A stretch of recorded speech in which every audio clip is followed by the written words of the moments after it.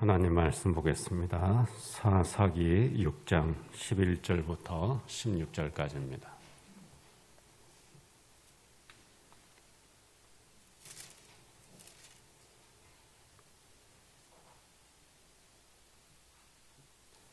사사기 6장 11절부터 16절까지 우리 다 같이 한 목소리로 같이 읽겠습니다. 여호와의 사자가 아비에셀 사람 요아스에게 속한 오브라에 이르러 상수리 나무 아래에 앉으니라. 마침 요아스의 아들 기드온이 미디안 사람에게 알리지 아니하려 하여 밀을 포도주 틀에서 타작하더니 여호와의 사자가 기드온에게 나타나 이르되 큰 용사여 여호와께서 너와 함께 계시도다 하매 기드온이 그에게 대답하되 오 나의 주여 여호와께서 우리와 함께 계시면 어찌하여 이 모든 일이 우리에게 일어났나이까. 또 우리 조상들이 일찍이 우리에게 이르기를 여호와께서 우리를 애굽에서 올라오게 하신 것이 아니냐 한 그 모든 이적이 어디 있나이까. 이제 여호와께서 우리를 버리사 미디안의 손에 우리를 넘겨주셨나이다 하니 여호와께서 그를 향하여 이르시되 너는 가서 이스라엘을 미디안의 손에서 구원하라. 내가 너를 보낸 것이 아니냐 하시니라. 그러나 기드온이 그에게 대답하되 오 주여 내가 무엇으로 이스라엘을 구원하리이까. 보소서 나의 집은 므낫세 중에 극히 약하고 나는 내 아버지 집에서 가장 작은 자니이다 하니 여호와께서 그에게 이르시되 내가 반드시 너와 함께 하리니 네가 미디안 사람 치기를 한 사람을 치듯 하리라 하시니라. 아멘. 미국의 유명한 존 케네디 대통령의 집무실 책상 위에 작은 동판이 하나 놓여 있었습니다. 한번 그 사진을 여러분 보실까요? 저 위에 O God, thy sea is so great and my boat is so small 이렇게 되어 있죠. 네. 케네디 대통령이 자기 백악관 집무실 책상 위에 저 동판을 아주 작은데요, 조그만 동판을 책상 위에 올려놓고 업무를 봤다고 합니다. 그 동판에 있는 내용은 프랑스 브루타뉴 지방의 어부들에게 전해 내려오는 어부들의 짤막한 기도문이 새겨져 있었습니다. 그 내용을 번역해 보면 이런 말입니다. 오 하나님, 당신의 바다는 너무나 크고 나의 배는 너무나 작습니다. 이 기도문은 아주 짧은 기도문이지만 깊은 의미를 담고 있습니다.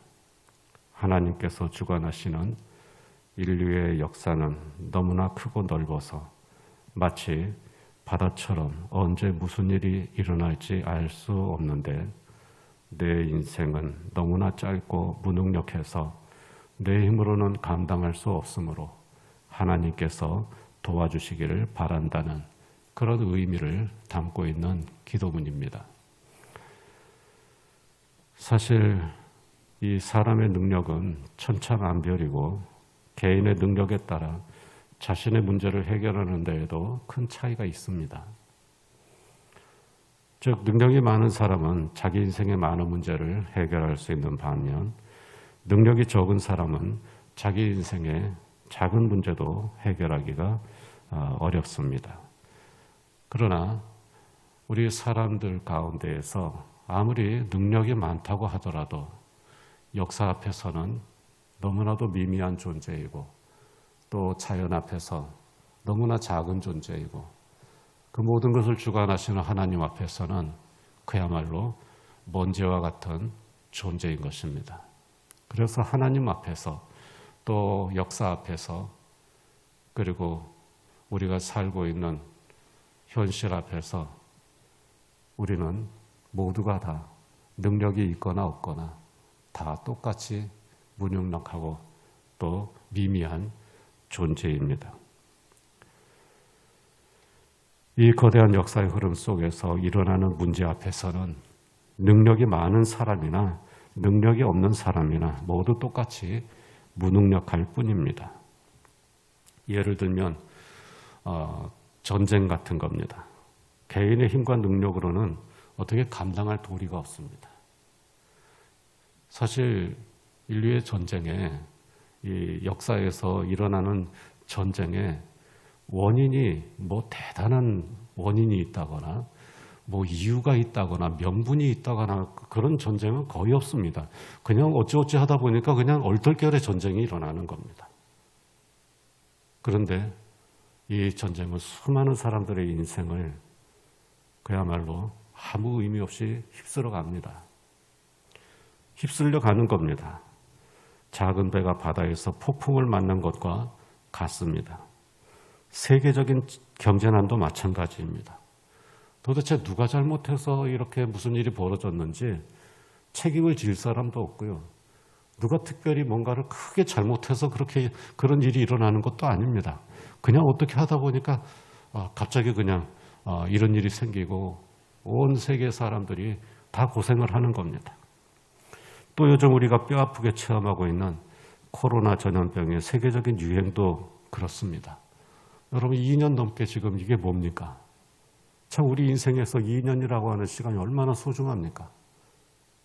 그런데 그저 온 세계 사람들이 그냥 어디서부터 생겨난 건지도 모르는 이 질병 때문에, 또 눈에 보이지도 않는 질병 때문에 온 세계가 신음하고 있는 겁니다. 사람의 능력으로 해결할 수가 없습니다. 그저 버티는 것 말고는 없는 거예요. 모두 다 같이 이리저리 휩쓸리고 함께 떠내려갑니다. 그게 역사입니다. 그 가운데 일어나는 일들, 마치 드넓은 바다에서 언제 무슨 일이 일어날 수 없는 것처럼 흉년과 가뭄, 이거 어떻게 해결할 수가 있겠습니까? 당하는 수밖에 없죠. 전쟁과 침략,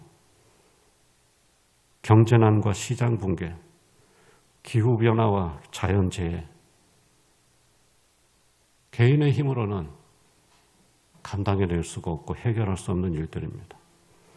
왜곡된 집단의식과 문명의 쇠퇴, 전염병의 세계적인 유행과 특정 자원의 독점 등 갖은 풍랑이 일렁이는 역사의 현실 앞에서 개인의 능력은 무의미해지고 마는 것입니다. 이처럼 인간의 힘으로 감당할 수 없는 역사의 풍랑이 찾아오면 그때야 비로소 사람들은 하늘을 보기 시작합니다. 땅만 보면서 살던 사람들이 이 역사의 풍랑을 만나면, 그리고 그 풍랑을 내가 이겨낼 수 없다고 하는 그런 시점이 오면 그때부터 사람들은 하늘을 보기 시작하는 겁니다. 하늘을 향해 도움을 요청합니다. 역사의 주관자이신 하나님을 찾습니다. 그리고 그 하나님을 만나야 하는 겁니다. 그래야 해결될 수가 있습니다. 그러므로 무슨 일이 벌어질지 알 수 없는 이 세상 속에서 범사의 하나님을 의지하는 성도들이 되시기를 축원합니다. 감당할 수 없는 현실 속에서 하나님을 의지하는 믿음으로 현실을 이기고 문제를 해결하는 성도들이 되시기를 주의 이름으로 축원합니다. 저는 설교 준비하면서 어느 부분에 딱 가면 이렇게 딱 떠오르는 찬송이 있고 마음속에서 막 울려 퍼져가지고 견딜 수가 없어요. 그래서 막 부르게 됩니다. 그 은혜를 저는 여러분들과 함께 나누기 위해서 이렇게 설교 중간에 여러 찬송들이 막 떠올라요. 그런데 그걸 갖다가 다 할 수는 없지만 그래도 이건 정말 우리 성도들하고 함께 나누는 게 좋겠다. 조금 자주지만 그래도 저는 이게 참 좋아요. 그래서 설교 말씀 여기까지 딱 준비했는데 그 다음에 딱 떠오르는 찬송이 있는 거예요. 큰 물결이 설레는 어두운 바다. 네, 아시죠? 432장 우리 1절과 2절만 함께 한번 찬송해 보겠습니다. 반주해 주세요. 1절과 2절만 함께 찬송하도록 하겠습니다. 오 하나님, 당신의 바다는 너무 큰데 나의 배는 너무 작습니다. 자, 우리 함께 찬송하겠습니다.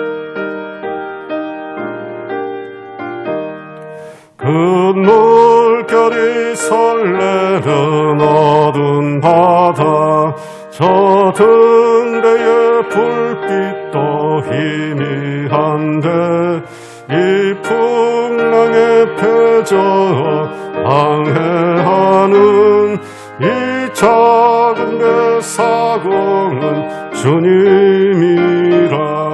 나 두려움없네, 두려움 없도다. 주 예수님 늘 깨어 계시도다. 이 흉흉한 바다를 다 지나면 저 소망의 나라에 이르리라.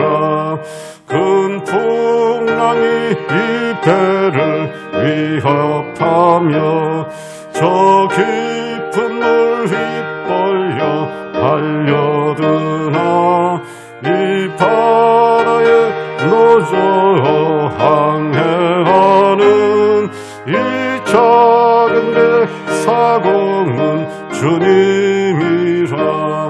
나 두려움없네, 두려움 없도다.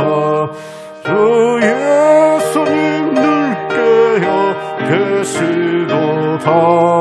이 흉흉한 바다를 다 지나면 저 소망의 나라에 이르리라. 아멘. 큰 물결이 설레는 어두운 바다, 저 등대 불빛도 희미한데 이 풍랑에 배저 항해하는 이 작은 배, 큰 풍랑이 이 배를 위협하며 저 깊은 물 입벌려 달려드나 이 바다에 노저 항해하는 이 작은 배. 그러나 이 작은 배 사공은 예수 그리스도이십니다. 그러므로 두려워하지 않습니다. 겁나지만 그래도 이길 수 있습니다. 여러분, 항상 풍랑을 만났을 때 예수님이 나와 함께 계시고 내 인생의 사공인 줄로 믿으시기를 주의 이름으로 축원합니다. 사사시대에 개인의 힘으로는 감당할 수 없는 역사의 현실 앞에 무기력하게 무릎을 꿇고 삶에 집착했던 한 청년이 있었습니다. 여러분, 우리가 시대를 골라서 태어날 수 없잖아요.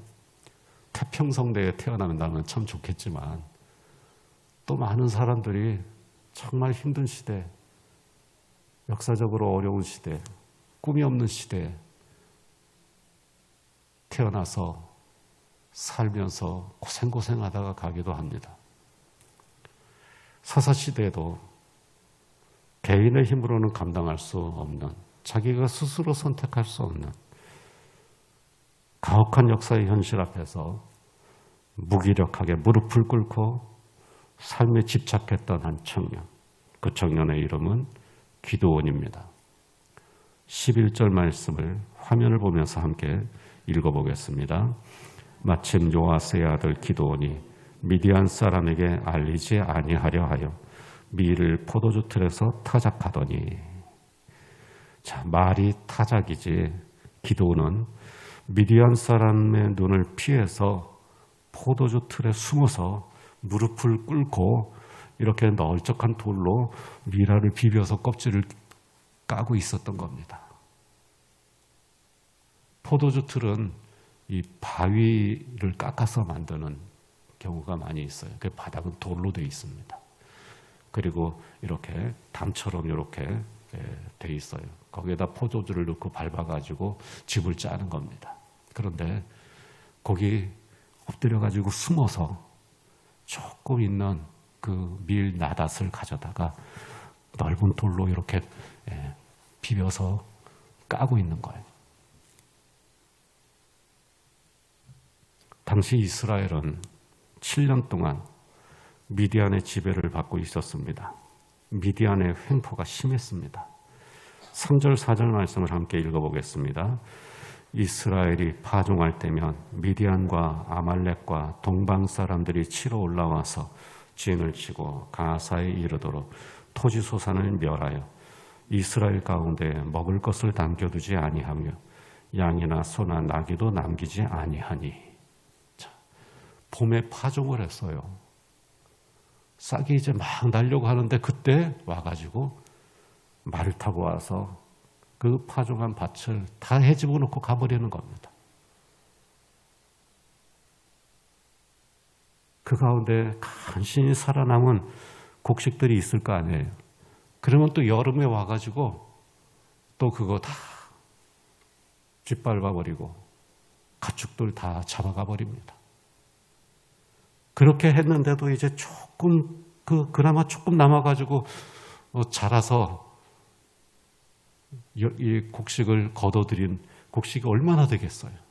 입에 풀칠도 못하는 그 곡식을 죽지 않으려고 먹을 수 있는 그 곡식을 또 가을이 되면 또 와가지고 빼앗아 가버립니다.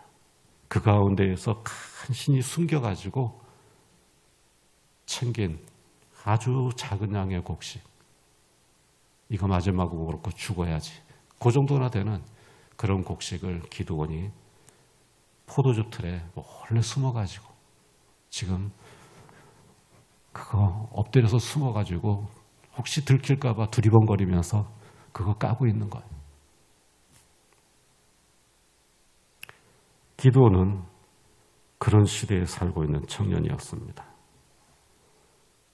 그런 시대를 사는 기드온의 삶을 지배하는 것은 오직 두 가지뿐이었습니다.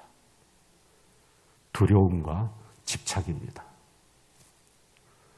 미디안 사람에 대한 두려움과 먹을 것에 대한 집착입니다. 그런 시대였습니다. 그 시대에는 미디안의 횡포가 너무나도 두려웠고 먹을 것이 없어서 먹는 것에 집착했습니다. 어쩔 수 없었습니다. 그래서 그 시대를 사는 기드온은 꿈도 없고 미래도 없는 청년, 오직 가혹한 현실과 싸우는 그런 청년으로 살아갈 수밖에 없었습니다.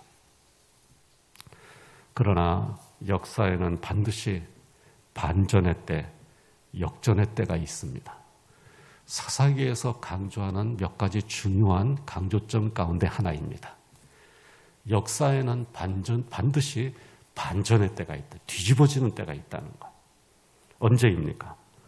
6절 말씀을 함께 읽어보겠습니다. 이스라엘이 미디안으로 말미암아 궁핍함이 심한지라 이에 이스라엘 자손이 여호와께 부르짖었더라. 드디어 사람들이 하늘을 보기 시작한 거예요. 하늘을 향해 손을 들었습니다. 내 힘으로 안 되고 내 능력으로 안 되는 줄 알고 역사의 주관자이신 하나님을 향해 부르짖었습니다. 전부여 의지 없어서 손 들고 옵니다. 바로 이때가 역사의 반전과 시대의 역전이 시작되는 때입니다. 우리의 꿈과 미래도 이렇게 해서 열리는 겁니다. 여러분 기억하시기 바랍니다. 여호와께 부르짖었더라. 함께 외쳐보겠습니다. 여호와께 부르짖었더라. 여호와께 부르짖을 때 역사의 반전과 역전의 시대가 오는 것입니다. 구산 리사다임의 폭정의 시대에도, 모압 왕 에글론의 착취의 시대도, 가나안 왕 야빈의 학대의 시대도 이 여호와께 부르짖었더라. 바로 하나님께 부르짖기 시작할 때, 사람들이 하늘을 바라보기 시작할 때, 하나님의 도우심을 요청하기 시작할 때, 바로 그때부터 시대가 바뀌는 겁니다. 세상을 바꾸는 힘은 인간의 능력도 아니고 재능도 아닙니다. 세상을 바꾸는 힘은 우리의 기도인 줄로 믿습니다. 그러므로 하나님께 부르짖는 성도들이 되시기를 축원합니다. 울어도 하나님 앞에서 우는 성도들이 되시기를 축원합니다. 비명을 지르고 신음을 해도 하나님 앞에서 신음하는 성도들이 되시기를 축원합니다. 쓰러져도 하나님 앞에서 쓰러지는 성도들이 되시기를 축원합니다. 여호와께 부르짖었더라. 하나님 앞에서 부르짖는 모든 성도가 하나님을 만나는 복이 있기를 주의 이름으로 축원합니다. 드디어 반전의 때가 왔습니다. 사람들이 부르짖기 시작하니까 여호와의 사자가 기드온에게 나타났습니다. 12절 말씀을 함께 읽어보겠습니다. 여호와의 사자가 기드온에게 나타나 이르되 큰 용사여 여호와께서 너와 함께 계시도다 하매. 여호와의 사자가 기드온에게 나타나서 기드온에게 말했습니다. 큰 용사여 여호와께서 너와 함께 계시도다. 자, 그런데 그 당시 기드온에게는 전혀 어울리지 않는 말입니다. 기드온이 처음 이 말을 들었을 때 나 말고 여기 누가 있나? 하면서 두리번거렸을지도 몰라요.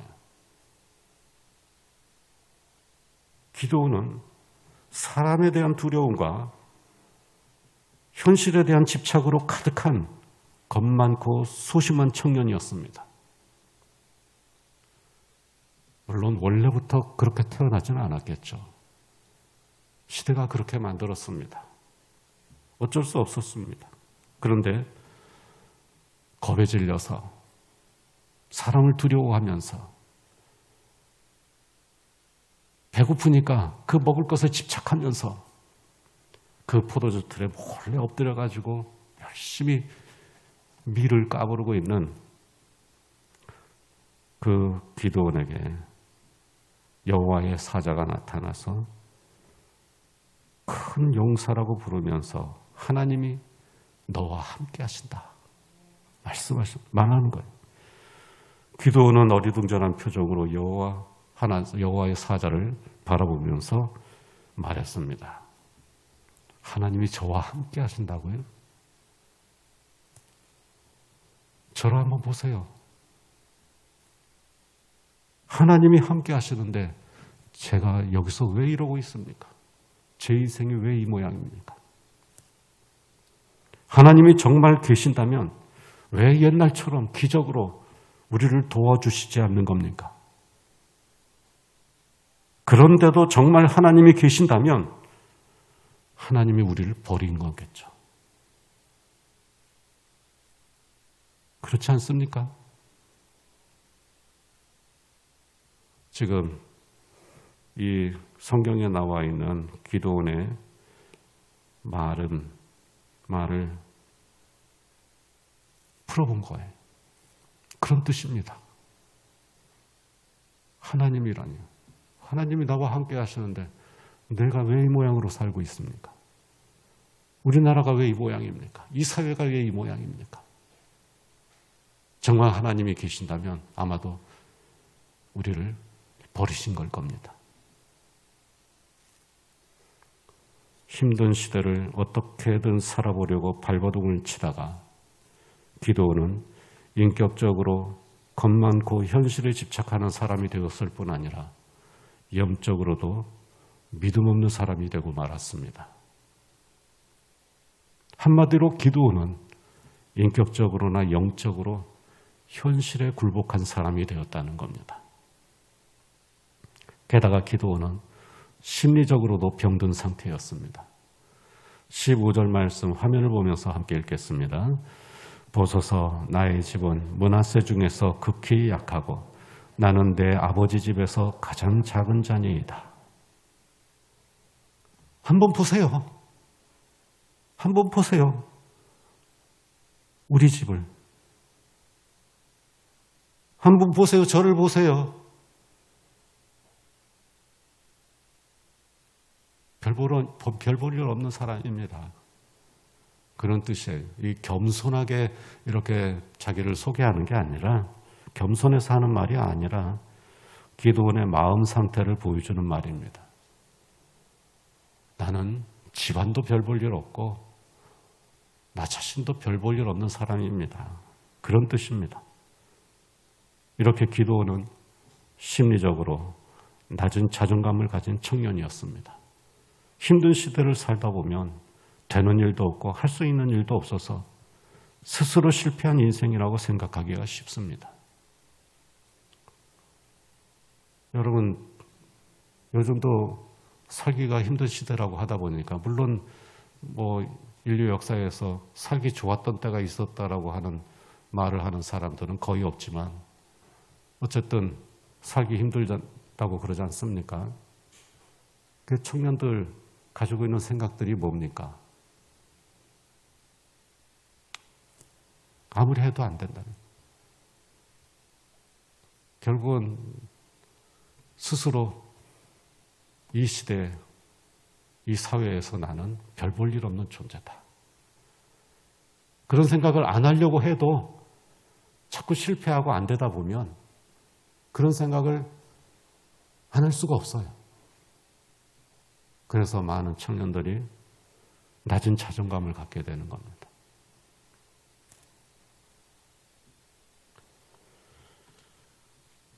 그래서 기드온은 자신을 실패한 인생이라고 생각을 한 겁니다.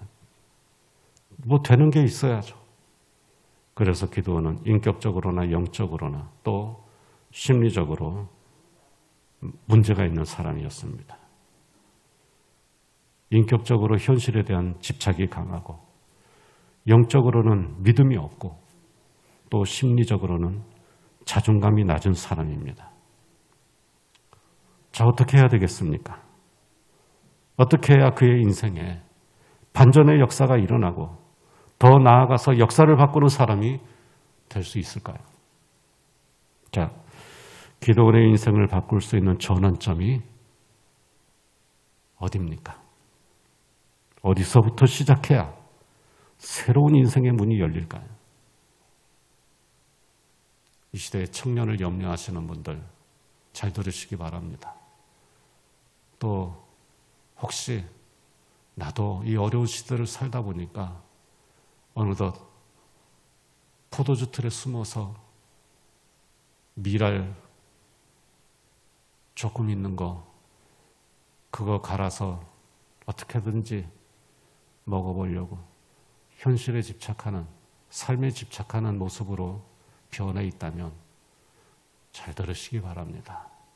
어디에서부터 우리 인생의 변화가 시작되는가? 16절 말씀을 함께 읽어보겠습니다. 여호와께서 그에게 이르시되 내가 반드시 너와 함께하리니 내가 미디안 사람 치기를 한 사람 치듯 하리라 하시니라. 아멘. 자, 여기 보면 좀 신기한 게 있어요. 여러분 뭔지 아시나요? 지금까지 기드온이 누구와 대화했습니까? 누구와 대화했죠? 여호와의 사자하고 대화했어요. 근데 여기서 갑자기 여호와의 사자가 아니라 뭘로 바뀝니까? 여호와께서 그에게 이르시되, 여호와로 바뀌어버립니다. 이제 하나님께서 직접 말씀하시는 겁니다. 구약에서 여호와의 사자는 인간의 모습으로 잠시 나타난 하나님일 경우도 있고, 또 때로는 인간이 하나님의 메시지를 가지고 와서 전할 때도 있고, 또 때로는 천사가 나타나서 하나님의 메시지를 전할 때도 있는데, 지금 이 경우는 하나님께서 직접 나타나셔서 여호와의 메신저처럼 말씀하시다가 이 부분에서 그분이 하나님이신 것을 드러내신 겁니다. 그래서 여호와께서 그에게 이르시되, 분명하게 말씀하는 겁니다. 내가 반드시 너와 함께 할 것이다. 그리고 너는 미디안을 물리치고 역사를 바꾸는 사람이 될 것이다. 하나님께서 여호와의 사자를 통하여서 기드온에게 하신 말들 중에 지금 이 말이 제일 중요하다는 거예요. 그래서 여호와께서 이르시되 그렇게 말씀한 겁니다. 내가 반드시 너와 함께 할 것이니. 기드온의 인생은 여기서부터 달라지기 시작한 겁니다. 우리의 인생도 여기서부터 달라질 수 있으리라고 믿습니다. 내가 믿든 안 믿든 하나님이 반드시 나와 함께 하신다는 약속이 우리 인생의 반전과 역전의 시작이고 역사를 바꾸는 전환점이 되는 것입니다. 그러므로 믿든 안 믿든 이 하나님의 약속 앞에 일단 서우시기 바랍니다. 그리고 이 약속이 사실인지 아닌지 알아보시기를 바랍니다. 여러분, 기드온은 이 약속을 믿었을까요? 안 믿었을까요? 시대가 그랬기 때문에 기드온도 하나님에 대해서 회의적이었어요. 부모에게 들어서 알고는 있지만 그가 살고 있는 세상 때문에 기드온은 하나님에 대해서 회의적이었고 솔직하게 말해서 안 믿었습니다. 그의 아버지는 집에다 바알 신상을 세워놓고 섬기는 사람이었습니다. 기드온은 이 약속을 믿지 못했습니다.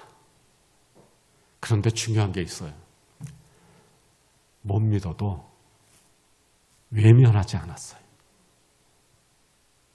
거기에서 바로 돌아서고 회피하지 않았다는 겁니다. 내가 반드시 너와 함께 하리라.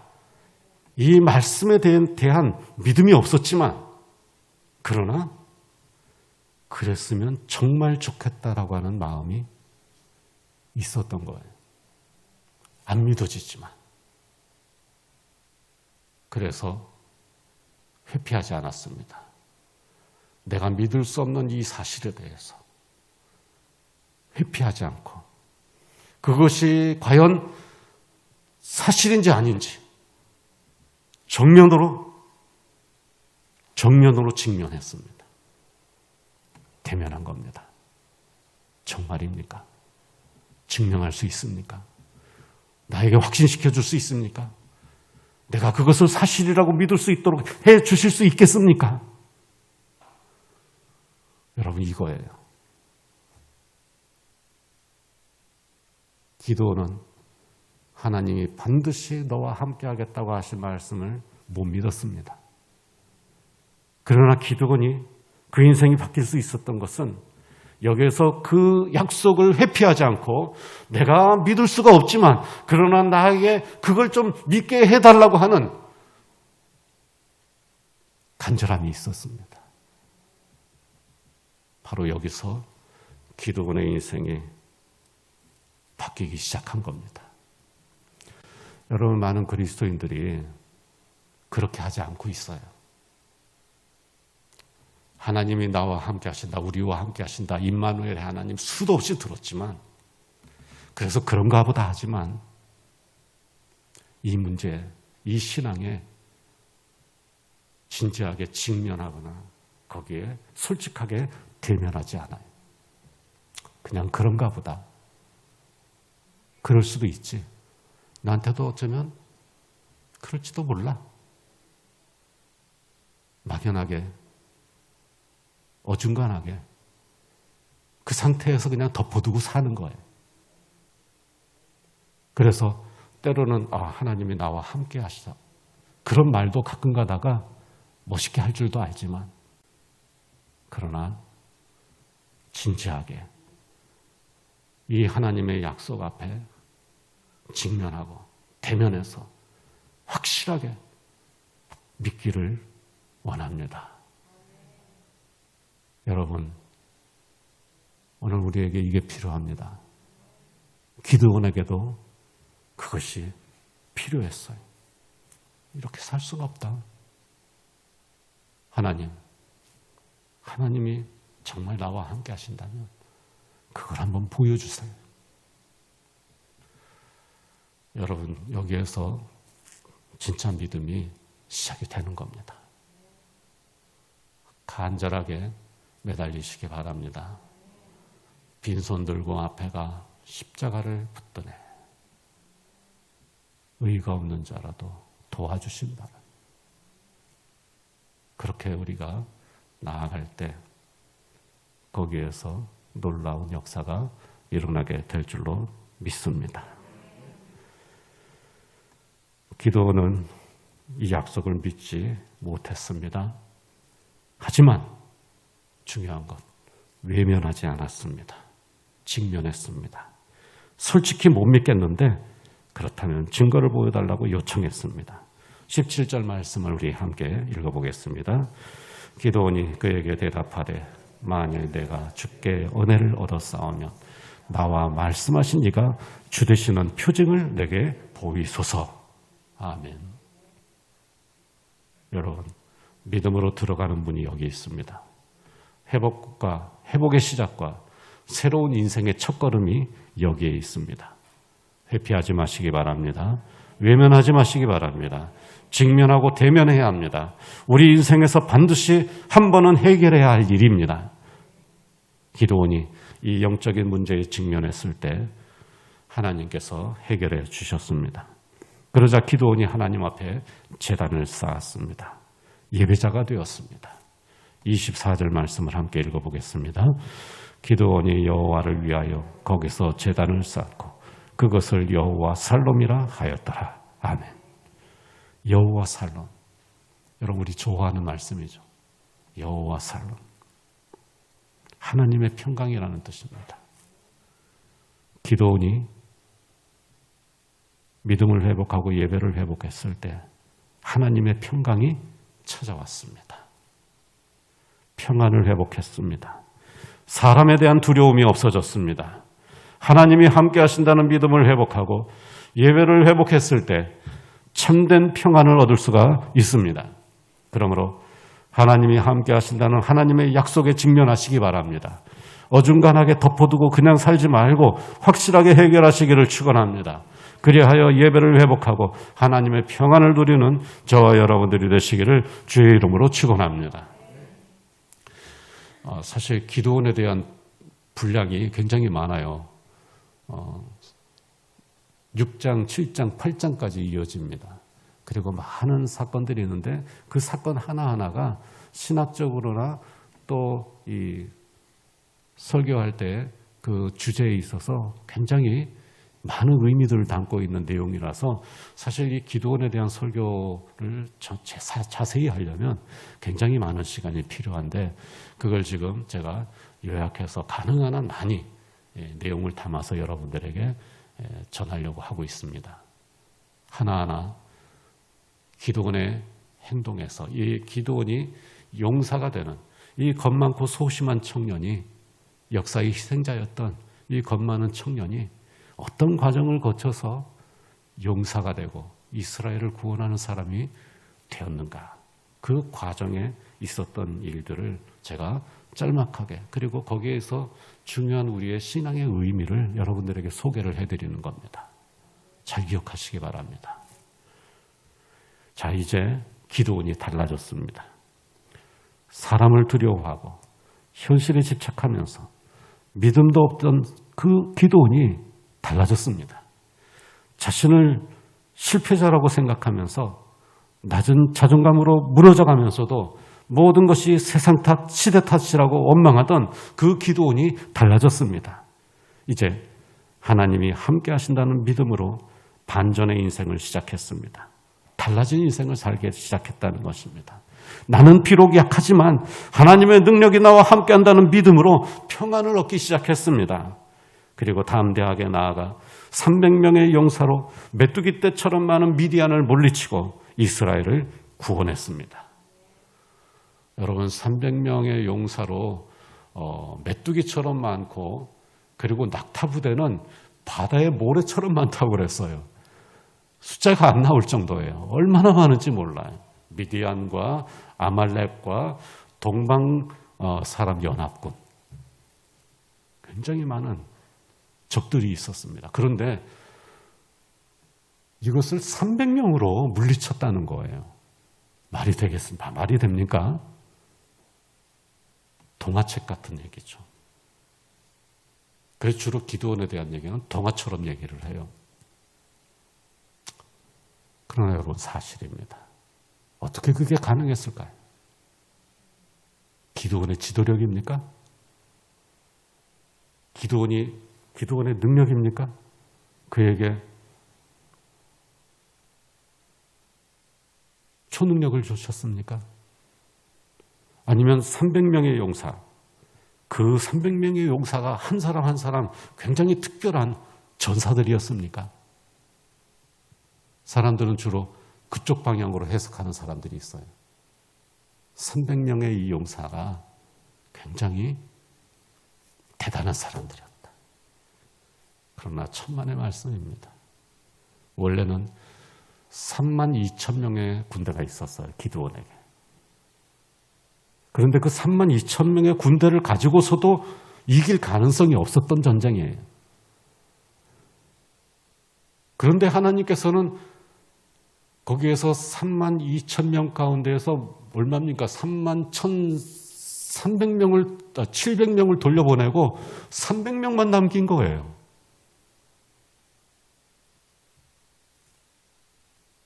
왜 그러셨을까요? 그리고 기드온은 어떻게 300명을 가지고 싸울 생각을 했을까요? 이 과정 속에서 하나님께서 다 보여주셨습니다. 기드온의 믿음을 불어넣어 주시고 독려를 해 주셨어요. 싸울 수 있었습니다. 그런데 하나님께서 이렇게 하신 목적에 우리는 초점을 맞춰야 돼요. 왜 그러셨을까?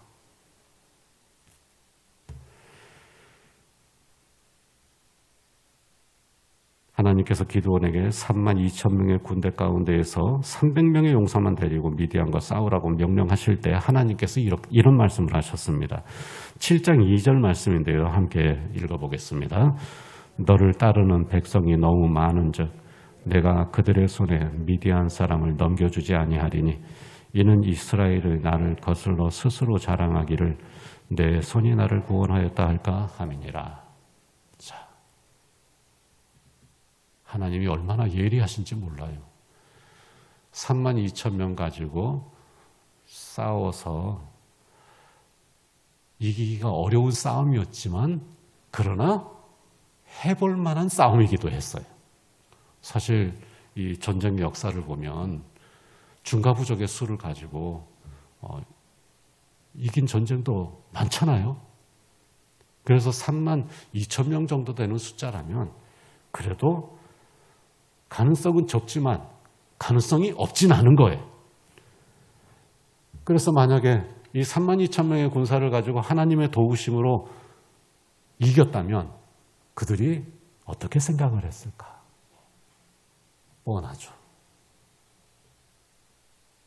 우리가 이겼다라고 생각하는 거예요. 하나님께서는 틀림없이 그렇게 될 걸 아셨기 때문에 줄이고 또 줄여서 그야말로 동화책에나 나올 수 있을 법한 300명을 가지고 전쟁을 승리하게 하셔서 이것은 하나님의 능력이 아니고서는 이루어질 수 없는 일이라고 하는 사실을 증명하신 거예요. 여러분, 하나님께서는 그렇게 일하십니다. 우리가 약할 때 하나님께서 우리를 통하여 그분의 강함을 증명하시고 우리가 약하지 않을 때에는 약하게 만들어서라도 하나님의 능력을 증명하시는 하나님입니다. 그러므로 하나님 앞에서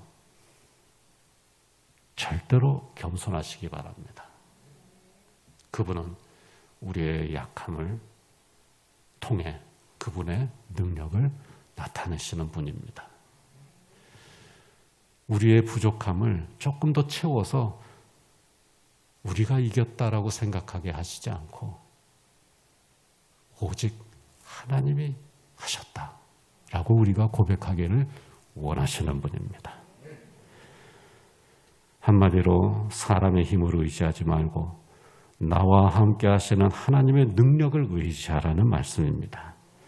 신앙 중에 신앙은 의지하는 신앙입니다. 하나님께서는 하나님을 의지하는 사람을 도와주십니다.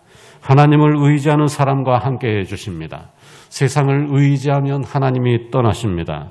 그러나 하나님을 의지하면 하나님께서 찾아와 주십니다. 세상 앞에 무릎을 꿇으면 무시를 당합니다. 그러나 하나님 앞에 무릎을 꿇으면 하나님이 일으켜 주십니다. 그러므로 하나님을 의지하는 성도들이 되시기를 축원합니다. 가혹한 역사의 풍랑에 휩쓸려도 역사를 주관하시는 하나님을 의지하고 운명을 이기는 성도들이 되시기를 축원합니다. 내가 약해서 하나님을 의지할 때 나의 약함이 하나님의 능력이 되는 은혜가 있기를 주의 이름으로 축원합니다. 기도는 인격적으로나 영적으로 그리고 심리적으로 약한 사람이었습니다. 그러나 하나님이 함께 하신다는 말씀을 듣고 그 말씀 앞에 섰습니다. 믿기 어려웠지만 그래도 믿을 수 있게 해달라고 요청한 겁니다. 그리고 그 말씀에 정면으로 대면하여 확신을 얻었습니다. 그리고 이어서 하나님이 나와 함께 하신다는 믿음으로 여호와 살롬의 사람이 되었습니다. 그렇게 기도는 변화되었습니다. 이제 사람을 두려워하지도 않고 시대를 탓하지도 않고 자기의 약함도 부끄러워하지 않았습니다. 오직 나와 함께 하시는 하나님과 함께 당당히 세상과 맞서 싸워 승리를 한 것입니다. 하나님이 함께 하신다는 믿음으로 우리의 약함이 하나님의 능력이 되는 은혜가 있기를 축복합니다. 나는 비록 약하나 나와 함께 하시는 하나님이 대한 믿음으로 역사의 풍랑을 이기고 인생의 평안을 회복하는 성도들이 되시기를 주의 이름으로 축원합니다. 기도하겠습니다. 하나님 감사합니다. 하나님의 놀라운 섭리에 영광을 올려드립니다. 부르짖을 때 역사의 전환이 일어나고 하나님이 함께 하심을 믿을 때 평강을 허락해 주시고 하나님과 함께 당당히 나아갈 때 시대와 운명을 이기는 놀라운 역사가 일어나게 됨을 알게 하시니 감사합니다. 이 기도원처럼 이 시대의 청년들이 이 기도원처럼 연약해진 저희들이 다시 회복하고 일어설 수 있도록 도와주시옵소서. 의지합니다. 또 의지합니다. 범사에 우리 하나님을 의지합니다. 주여 저희들 힘으로는 아무것도 할 수가 없고 바다는 넓고 저희 배는 작으니 우리 하나님 도와주시옵소서. 우리 주 예수 그리스도 이름으로 기도하옵나이다. 아멘.